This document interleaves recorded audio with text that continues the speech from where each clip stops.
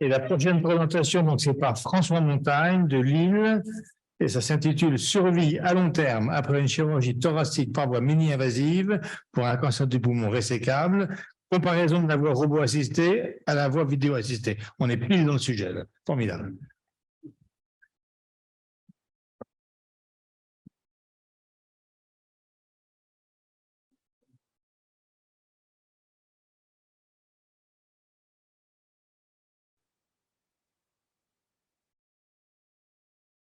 Chers maîtres, mesdames, messieurs les membres du jury, chers consoeurs, chers confrères, merci. Je remercie l'Académie de me laisser l'opportunité de présenter ce travail sur justement la comparaison des survies à long terme dans la prise en charge du cancer du poumon et la comparaison de la voie robot-assistée à la voie vidéo-assistée. Donc, c'est un travail que j'ai effectué, je n'ai pas de lien d'intérêt en lien avec la présentation, un travail que j'ai effectué avec l'équipe de chirurgie thoracique pluridisciplinaire du CHU de Rouen. Et je remercie l'ensemble de ses collaborateurs. Le cancer du poumon, c'est 2 100 000 diagnostics, nouveaux diagnostics par an dans le monde. C'est 1 700 000 morts par an dans le monde. Et une des pierres angulaires du traitement, lorsqu'il est résécable, c'est bien sûr la chirurgie. La chirurgie, qu'est-ce qu'on entend? Une résection anatomique et un curage ganglionnaire approprié. En fonction du stade diagnostic de ce cancer du poumon, on a des recommandations internationales, nationales sur le type de prise en charge à proposer, le type de résection et le type de voie d'abord. Et les voies d'abord mini-invasives sont maintenant validées, sont même recommandées dans la prise en charge des stades précoces. Alors, on a vu la voie vidéo assistée se diffuser depuis les années 90, qui a néanmoins mis un certain temps, alors que la voie robot assistée s'est développée et a pénétré notre spécialité de façon beaucoup plus rapide. Premier papier Princeps, celui de Franca Melfi, en 2002, où elle rapporte 5 cas de lobectomie robot assistée. On la voit ici sur la photo en bas à droite. Ce qu'elle réalise au robot, c'est de la ligature manuelle de vaisseaux. Donc, c'est de la chirurgie ouverte. 10 ans plus tard, on est sur l'étude des survies à long terme, car quel est l'objectif du traitement chirurgical dans le cancer du poumon? C'est de permettre aux patients d'avoir la meilleure survie possible, la meilleure survie sans récidive. Et c'était une étude multicentrique de 325 malades. C'était le Mémorial, Pise et Milan, avec des données de survie à long terme qui étaient extrêmement correct. Pour les stades 1A, on était à 90% de survie. On sait que le robot a certains avantages qui dépassent les contraintes techniques de la voie vidéo en termes de travail bimanuel, de reproductibilité d'une voie ouverte, d'avoir les énergies au niveau des deux mains, de vision extrêmement immersive, extrêmement précise et aussi de confort du chirurgien. La question que nous nous sommes posée était de savoir si ces avantages amenaient une supériorité en termes de survie à long terme pour tous les cancers du poumon résécables face à la voie vidéo, en utilisant 2 critères de qualité oncologique qui étaient la survie sans récidive et la survie globale. Nous avons donc mené une étude rétrospective et unicentrique au sein du service de chirurgie thoracique du CHU de Rouen. Nous avons utilisé des données qui sont colligées de façon prospective et rentrées dans la base nationale d'épidémiologie thoracique qu'on appelle EPITOR. On a un contrôle qualité permanent avec un data manager et nous avons inclus toutes les segmentectomies, toutes les lobectomies réalisées par approche mini-invasive vidéo robot assistée pour un cancer pulmonaire confirmé de tout stade clinique au diagnostic histopathologique de stade 1 à 4 entre janvier 2012 et décembre 2019 et avons exclu les patients mineurs et les patients qui ont bénéficié d'une chirurgie en 2 temps. En termes d'analyse statistique, nous avons utilisé un score de propension et l'analyse des courbes de survie sur la technique de Kaplan-Meier. Les procédures chirurgicales, elles sont standardisées. Depuis 2008, le service utilise la voie antérieure dite danoise de Petersen pour la réalisation des lobectomies et des segmentectomies. Et les procédures robot assistées ont débuté en 2012, initialement avec le SI, puis ensuite avec la plateforme X, d'abord aux 3 bras, puis aux 4 bras. Mais nos procédures sont standardisé. En termes de particularité pour la segmentectomie et l'approche développée qui est une approche multimodale qui nécessite une reconstruction du scanner en préopératoire, une reconstruction 3D, le recours à un marquage opératoire qui est réalisé par une endoscopie bronchique avec un marquage colorimétrique, le bleu, et un marquage fluoroscopique, et enfin la résection qui va être réalisée selon le planning déterminé en préopératoire, aidé par la localisation de la lésion, et enfin le plan intersegmentaire sera guidé par l'utilisation du verre d'indocyanine. Et en ce qui concerne les procédures de lobectomie, on a une procédure qui est aussi standardisée et qui permet aux 5 chirurgiens en fait d'opérer avec exactement la même philosophie. Notre population, nous sommes partis de 1159 résections pulmonaires majeures réalisées entre 2012 et 2019. Et après application de nos critères d'inclusion et d'exclusion, nous avons retenu 844 interventions réalisées chez 815 patients, soit 670 lobectomies, 174 segmentectomies qui ont été réalisées. En termes de résultats, nos populations étaient comparables. En termes d'âge médian, on est à peu près à 65 ans, de pourcentage de fumeurs entre 35 et 40%. Pas de différence en termes de comorbidité cardiaque ou pulmonaire. Ce qui était intéressant de noter, c'est que chez les patients qui ont bénéficié d'une lobectomie, on a 30% d'entre eux qui avaient un antécédent de cancer, donc 3 à 4% de cancer du poumon. Chez les patients qui ont un antécédent de segmentectomie, qui ont bénéficié d'une segmentectomie, cette fois-ci, ce pourcentage augmente. On est aux alentours de 45%, dont 15% de cancer du poumon, mais il n'y a pas de différence entre nos deux groupes. En termes de stade préopératoire, on est bien sûr sur des stades essentiellement précoces, 70% de stade 1 en ce qui concerne le groupe lobectomie, 85% pour le groupe segmentectomie, et sur l'analyse anatomopathologique définitive, essentiellement des adénocarcinomes, il n'y avait pas de différence.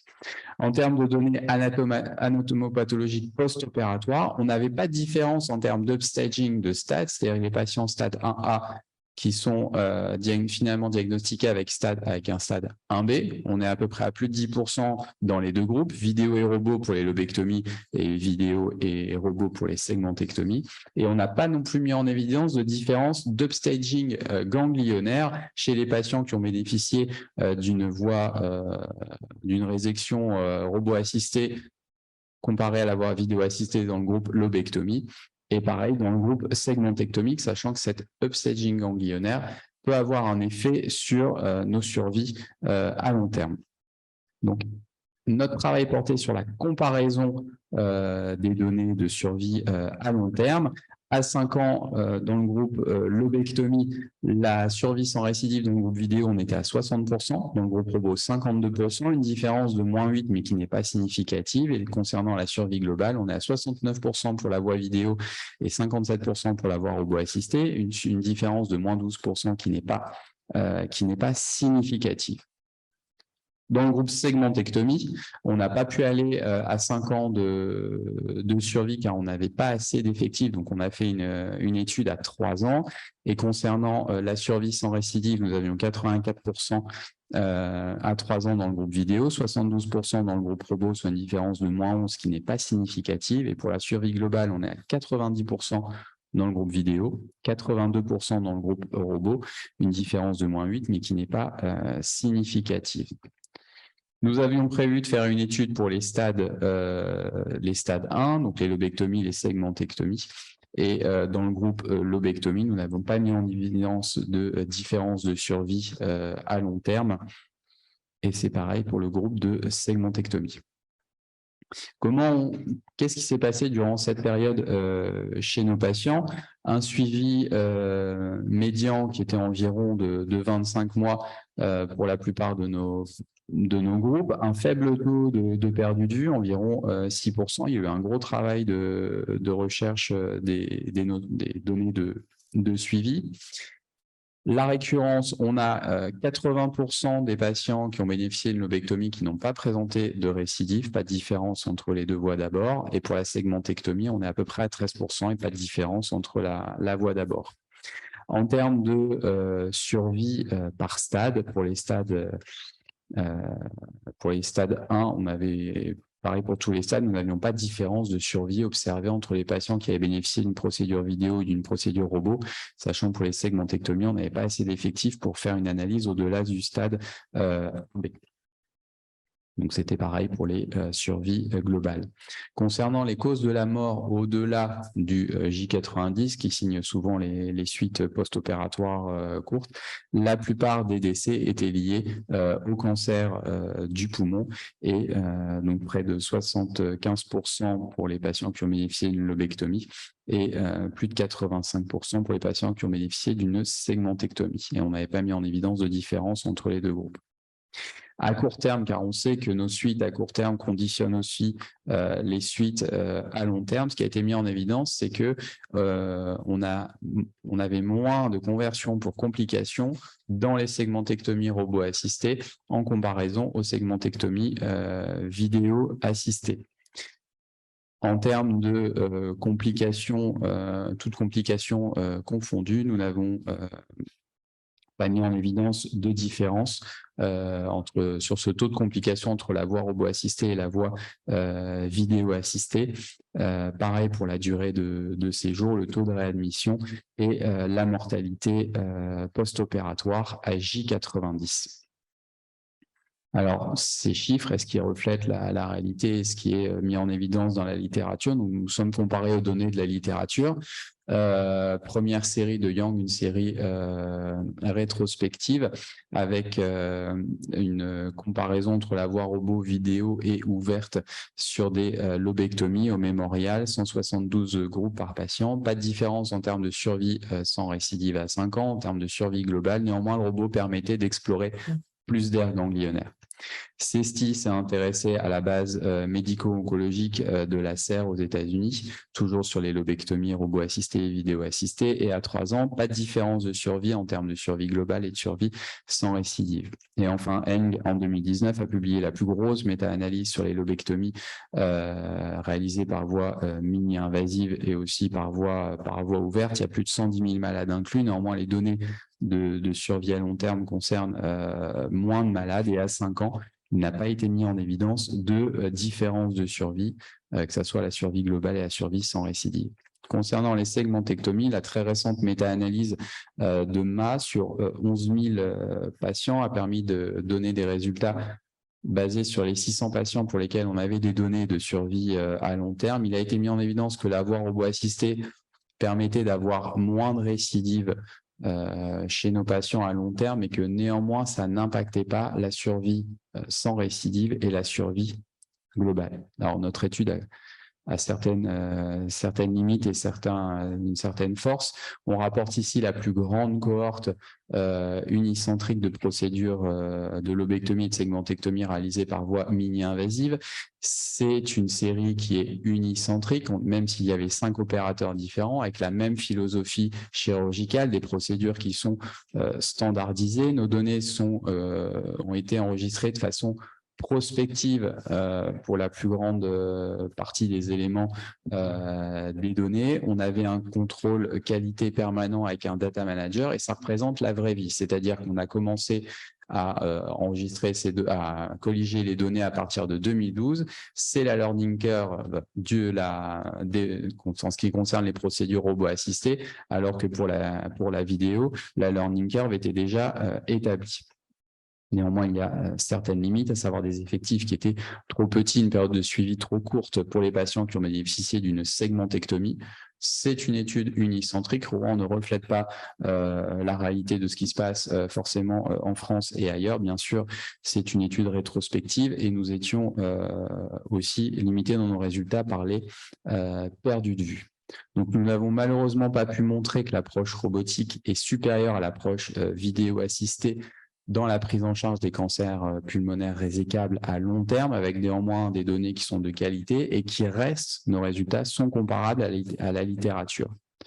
L'outil ne limite donc pas. Alors, est-ce qu'il faut poursuivre les comparaisons entre le robot et la vidéo, entre le robot et la voie ouverte? Alors, oui et non. Les poursuivre en utilisant d'autres indices comme la qualité de vie, le coût économique aussi, le coût écologique, peut-être apporter des données de qualité de vie à des données de coût, utiliser les scores de Kusum ou le Dicer par exemple, ce qui est utilisé dans les études médico-économiques nord-américaines. Et ensuite, peut-être plus forcément se focaliser sur la comparaison du robot et de la vidéo, mais les envisager comme des outils complémentaires en termes d'indication. Pour une lobectomie standard, une voie vidéo assistée permet de réaliser une chirurgie qui respecte les critères de qualité oncologique et qui permet aux malades d'avoir d'excellentes survies à court terme et une survie à long terme qui est préservée. Les outils sont complémentaires en termes d'affinité des opérateurs et de formation des opérateurs. Et donc, réserver l'outil robot pour des procédures plus complexes. Et bien sûr, il faut envisager cet outil au sein d'une équipe chirurgicale. L'appétence pour ces différents outils est différente en fonction des opérateurs. Et aussi envisager l'outil en fonction de sa disponibilité au sein de plusieurs équipes chirurgicales sur un plateau technique. Et ça, on connaît bien les limites de partage de l'outil. Et enfin, à terme, ce qu'il faudra envisager, c'est d'évaluer l'apport de la chirurgie robotique dans les stades avancés, car ce qui était montré dans une des premières diapositives, c'est que le docteur Melfi, dans ses lobectomies, au début, sans agrafeuse, elle liait tout à la main. Ce qu'on peut reproduire avec le robot, c'est une chirurgie par voie ouverte, et c'est son principal intérêt. Je tiens à vous remercier de votre attention. Merci beaucoup. Voilà, vous ouvrez une discussion intéressante. Qui veut commencer? Oui. Merci pour cette super présentation et les données que tu affiches. J'ai une question. Tu n'as pas de données manquantes du tout parce que les tableaux que tu nous présentes, c'est les données après matching, c'est ça? Oui. Et comment tu as pu gérer la question des données manquantes et sur quoi tu as ajusté ton modèle de matching? Sur quels paramètres pour le coup? Alors, les données manquantes, on est revenu, puisqu'en fait, on utilise la base Epitor. La base Epitor, c'est une base qui est volontaire, entre guillemets, mais quand même obligatoire, parce que ça nous permet de valider notre DPC, par exemple. On collige les données en préopératoire, en péropératoire, en post-opératoire. Donc, les données manquantes, on est retourné au dossier. Et puis, on a rempli la base. Par exemple, pour la DLCO, on avait à peu près 25% de données manquantes. Pour le VEMS, on était à peu près à 10%. Ça, c'est les deux valeurs qui me reviennent en tête. Ensuite, les scores de proportion, c'est basé sur, bien sûr, l'âge, le sexe, les comorbidités pulmonaires préopératoires, le VEMS, la DLCO, le stade et le stade clinique préopératoire, entre autres. Mais bien sûr que les données manquantes, c'est un vrai souci. Et surtout, tout n'était pas forcément informatisé. Tout n'était pas forcément informatisé. Et Rouen étant un centre universitaire régional, il fallait solliciter les autres centres qui avaient adressé les patients. Mais donc... Jacques. Moi, je vous félicite. Moi, je trouve que c'est une très belle étude. Vous n'allez pas dans le sens du vent. Donc, vous avez le courage de dire à un moment donné, voilà, il n'y a pas de supériorité. Alors, la question, c'est qu'on attend... Il y a une telle attractivité pour le robot, et c'est la question, c'est que est-ce que c'est encore possible de faire une étude contrôlée? Parce que vous en avez les moyens. Ça, c'est ce qu'on attend. Et cette étude contrôlée, à mon sens, il faut la faire, puisque déjà, bon, il y a le problème avec un critère médico-économique. Et médico-économique sur le coût, ce que vous mettez, l'environnement, la consommation d'énergie, l'attente, le fait que introduire, par exemple, ça c'est passionnant, c'est que le robot n'est pas tout le temps disponible.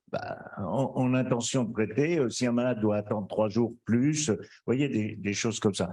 Est-ce que vous pensez, vous pourriez l'avoir? Et ça vous permettrait de publier dans autre chose que cancer. Alors, je vais rajouter une petite... Vas-y. Je suis partage d'avis qu'il faut faire des études quand même randomisées, contrôlées. Alors, il y avait de quoi le faire, là. Et ça, je regrette vraiment. C'est vraiment dommage parce que ça donne quand même des résultats d'une qualité supérieure. Voilà. Mais vous avez publié ça dans une revue, bon, c'est bien, mais vous auriez fait l'étude prospective contrôlée, il n'y a aucune raison que vous ne soyez pas dans un... Le point, c'est vous n'avez pas pris en considération la qualité de vie du chirurgien. Or, ça apparaît de plus en plus dans les études utilisant le robot par rapport au non-robot. Donc, c'est dommage que cette Alors, étude prospective, et je vais mettre les pieds dans le plat, on a fait plus avec le robot en thoracique qu'on a fait avec la vidéo. À l'heure actuelle, on en a 4. Mais c'est plus que la vidéo. L'étude qui est en train de se terminer, c'est une étude nord-américaine où ils ont comparé en aveugle la qualité de vie des patients au robot vidéo. C'est-à-dire que le malade, il avait son pansement, les pansements cachaient les cicatrices, et au final, la levée de l'aveugle, il n'y avait pas de souci de malade qui savait qu'est-ce qu'il avait eu. Donc, voilà. Il a fallu, pour la mettre en place, au docteur Anna, quasiment 5 ans pour la mettre en place. À Rouen, on a participé, on a inclus des malades. Ça a été la croix et la bannière. Ensuite, que nous disent nos recommandations à l'heure actuelle? Le robot, stade précoce. Donc, une lobectomie standard pour un stade précoce, mais en vidéo, un chirurgien qui respecte les critères de qualité oncologique, qui va faire une lobectomie standard comme il faut, un curage comme il faut, les données de survie à long terme, que ce soit robot ou vidéo, ne vont pas être différentes. Éventuellement, on va avoir un peu plus d'upstaging. Au final, l'upstaging ganglionnaire ne modifie pas les données de survie à long terme.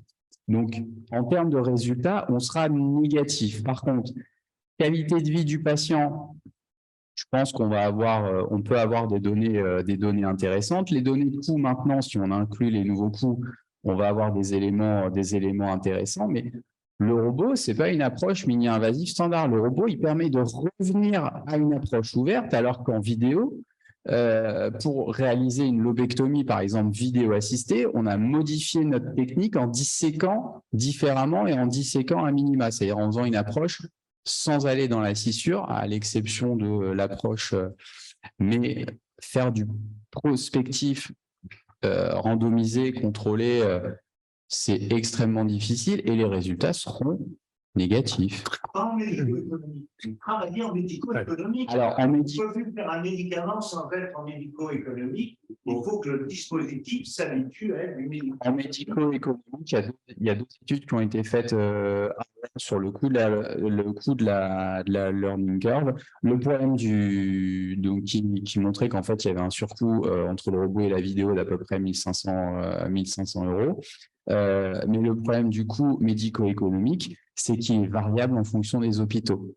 Parce qu'il y a des centres qui vont utiliser des consommables avec un certain flux tendu, c'est-à-dire avoir moins d'optique, quitte à des fois devoir décaler un malade parce qu'on se retrouve que, bah oui, il y a eu un souci de stérilisation de l'optique ou il y a eu un acte de malveillance, comme j'ai déjà vécu en allant dans un autre centre où il y avait 3 optiques, les emballages avaient été ouverts, et il y a des centres qui ont acheté beaucoup plus de matériel et ça impacte un peu sur le coût. Mais en médico-économique, à l'heure actuelle, une lobectomie robot assistée, c'est 10 700 €. C'est rentabilisé avec, on va dire, un lobe et le coût du robot, c'est 12 500 € par mois. Sur de la vidéo, on est à un coût de environ 8 000 €. On reste encore à l'heure actuelle un peu supérieur. Raisonner, excusez-moi, raisonner en personnel et raisonner aussi en conséquence sur l'énergie que vous dépensez, sur les éléments comme ça. Oui. Soyez moderne, soyez prospectif sur l'intérim, sur des choses comme ça. C'est ça qu'il faut maintenant. Il faut changer de... Voilà. Ah oui, non, mais c'est des éléments, c'est sûr que le médico-économique, et aussi l'attractivité. L'environnement. On peut résumer votre présentation qui a été remarquable en disant que le robot est la même.